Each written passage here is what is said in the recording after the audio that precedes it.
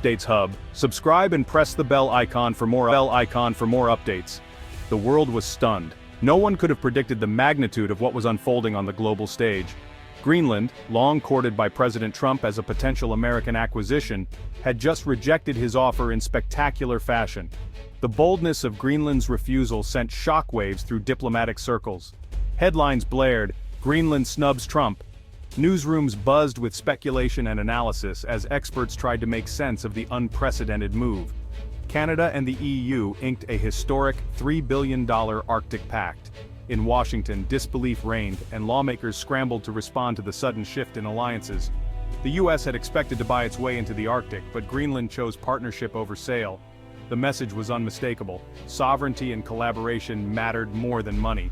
This wasn't just a failed real estate deal, it was a seismic shift in global power. The balance of influence in the Arctic was being rewritten before the world's eyes. The joint announcement from Nuuk, Copenhagen, and Ottawa was a masterstroke, a vision of shared prosperity and respect, not American dominance. It was a new blueprint for international cooperation. The message was clear: the Arctic is not for sale. Greenland's leaders stood firm, defending their land and their future. US officials scrambled, realizing too late that alliances and respect now outweighed dollars and military might. The old playbook no longer worked in this new era. Greenland, backed by Denmark and Canada, proved that even small nations can chart their own course. Their unity sent a powerful signal to the world. This moment marked the end of American exceptionalism in the Arctic and the rise of a new multipolar world. The global order was changing, and new voices were being heard. The deal was more than economic. It was a declaration of intent. It was a promise to protect the Arctic and its people for generations to come. Smaller nations united could now stand up to superpowers. Their collaboration inspired others to rethink what was possible on the world stage. The Arctic, once ignored, was now the stage for a dramatic power play. The world watched as new alliances formed and old assumptions crumbled, and the US, left out in the cold, watched as history moved on without it. The era of unchecked American influence in the Arctic had come to a close, and a new chapter was just beginning. In Nuuk, celebration erupted, filling the streets with music, laughter, and a sense of unity that had not been felt in generations.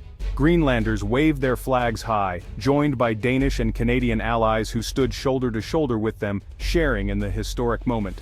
Premier Mutby Ejedi declared with conviction, "We are not a territory to be bought, we are a nation to be partnered with."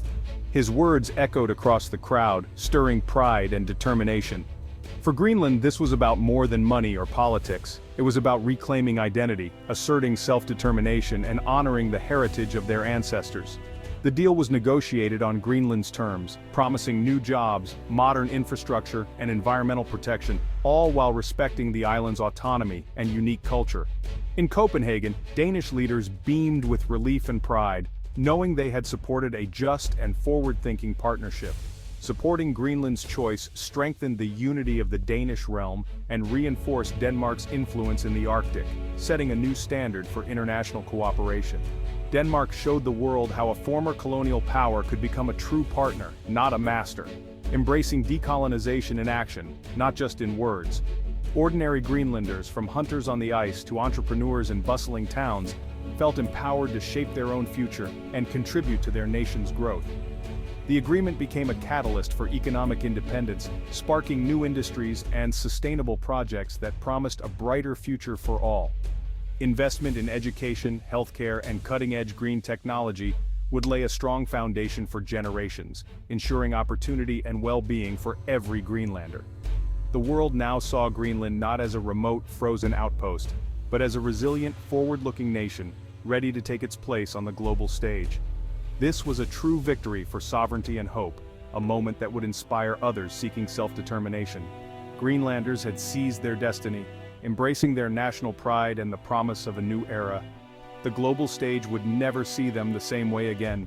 Greenland had claimed its place as a nation to be respected and admired. In Washington, the mood was grim. The Greenland-Canada-EU pact was a political earthquake. President Trump, once confident of a historic deal, now faced public humiliation. His belief that everything had a price collided with Greenland's unyielding sense of identity. Diplomats scrambled, but the message from allies was clear: partnership, not purchase. The administration's transactional approach had failed to build trust or respect. America's allies questioned its reliability. Adversaries took note. Trump's angry tweets only deepened the embarrassment. The episode became a symbol of failed foreign policy, grandstanding over groundwork, coercion over cooperation. The US was locked out of a major strategic development in its own backyard. The Arctic's future was being shaped without American input. The reversal forced a painful reckoning. American dominance was no longer guaranteed. A new era of multipolar competition had arrived. The US was unprepared and left behind. President Trump's ambition to buy Greenland was no passing whim. It was a calculated, if deeply flawed, strategy. He saw resources, military advantage, and a legacy-defining acquisition. But the administration misunderstood Greenland and Denmark, viewing them as mere assets, not proud peoples. They assumed a big enough check would overcome history and identity. The offer, seen as a corporate takeover, deeply offended both Greenlanders and Danes. Instead of quiet diplomacy, Trump's public spectacle forced leaders to reject the proposal to defend their honor. The plan backfired, uniting Greenland and Denmark against the US. The human element was ignored, and that proved fatal. In seeking a historic deal, Trump only pushed Greenland into the arms of more respectful partners. Respect, not money, was the missing ingredient. Once a remote afterthought, Greenland now sits at the heart of global geopolitics. Melting ice has unlocked economic and strategic opportunities, drawing the world's attention. Beneath the ice lie vast deposits of rare earth minerals, crucial for modern technology. With China dominating the market, Greenland offers the West a chance to diversify. The region also holds untapped oil and gas reserves, adding to its allure. Greenland's location is prime, a gateway between North America and Europe, and a military stronghold. As new shipping routes open, Greenland is poised to become a key Arctic hub. Russia and China are moving aggressively. The US has been left behind. Greenland's choice to partner with Canada and the EU was a strategic move for a stable, rules-based Arctic. The island is no longer a periphery, it's the new center of the Great Game. Greenland's decision was more than just a simple negotiation. It was a clash of diplomatic styles and worldviews. The US, under President Trump, approached foreign policy like a real estate transaction, offering large sums of money and expecting immediate compliance in return, as if countries could be bought and sold. This purely transactional approach completely ignored Greenland's deep-rooted culture, its unique history, and the aspirations of its people for self-determination and respect on the world stage. The offer to buy the island was not just rejected, it was seen as an insult to Greenland's dignity, not an opportunity for advancement. Canada, by contrast, took a different path, building trust through patience, mutual respect, and a genuine spirit of partnership. Canadian diplomats listened carefully, focused on shared interests, and empowered Greenland to shape its own future, rather than dictating terms. The resulting agreement was not simply foreign aid, but a true co-investment in prosperity, with both sides contributing and benefiting. Greenland retained control over its resources and decisions, ensuring that the benefits of development flowed directly to its people and communities. Canada and the EU demonstrated that in today's world, respect and understanding are the most valuable currencies in modern diplomacy. The US lost influence by trying to dominate and dictate.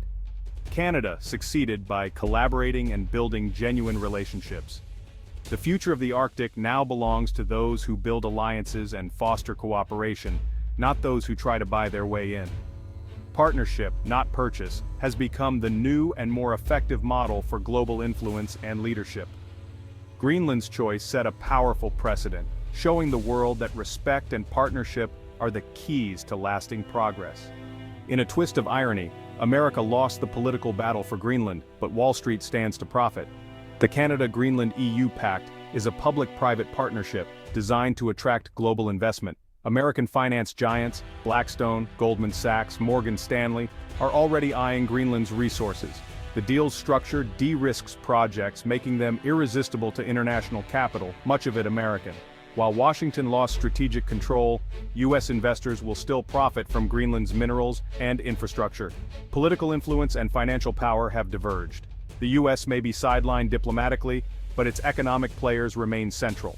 Canada and the EU, seeking to limit US political sway, have ironically opened the door to American money. Washington is left outside, while Wall Street is welcomed in. In the 21st century, money finds a way, even when politics fails. The Greenland deal forced a global reassessment of alliances. For decades, Europe and others relied on US leadership, but Trump's America First approach sowed doubt. The Arctic Pact showed allies they could act independently and succeed. European leaders applauded the deal as a triumph of multilateralism and strategic autonomy. The EU, partnering with Canada, proved it could defend its interests without waiting for Washington. Around the world, nations saw that middle powers united could create new centers of influence. The Greenland deal became a blueprint for smaller countries to gain agency and avoid great power traps. America's prestige eroded, its image as a steady leader was damaged. The new Arctic Order signaled the world is no longer waiting for America to lead. The post-American world is being built, one alliance at a time. August 25, 2025 marks a turning point in global affairs. The Greenland-Canada-EU agreement is more than a deal, it's the birth of a new doctrine. Sovereignty, respect, and partnership have triumphed over raw power. Greenland has risen from colonial afterthought to sovereign actor. Canada has emerged as a skilled diplomatic leader. America's decline in prestige is now undeniable. The Greenland saga shows that true influence is built on coalitions and shared values, not coercion. Canada and the EU empowered Greenland, forging a resilient partnership. The lesson for the US is clear. Leadership now requires humility and listening. The world is moving beyond unilateralism. Collaboration is the path to influence. The Greenland affair is a wake-up call and a story of hope. Smaller nations can shape their destinies. The future belongs to those who cooperate, not dominate.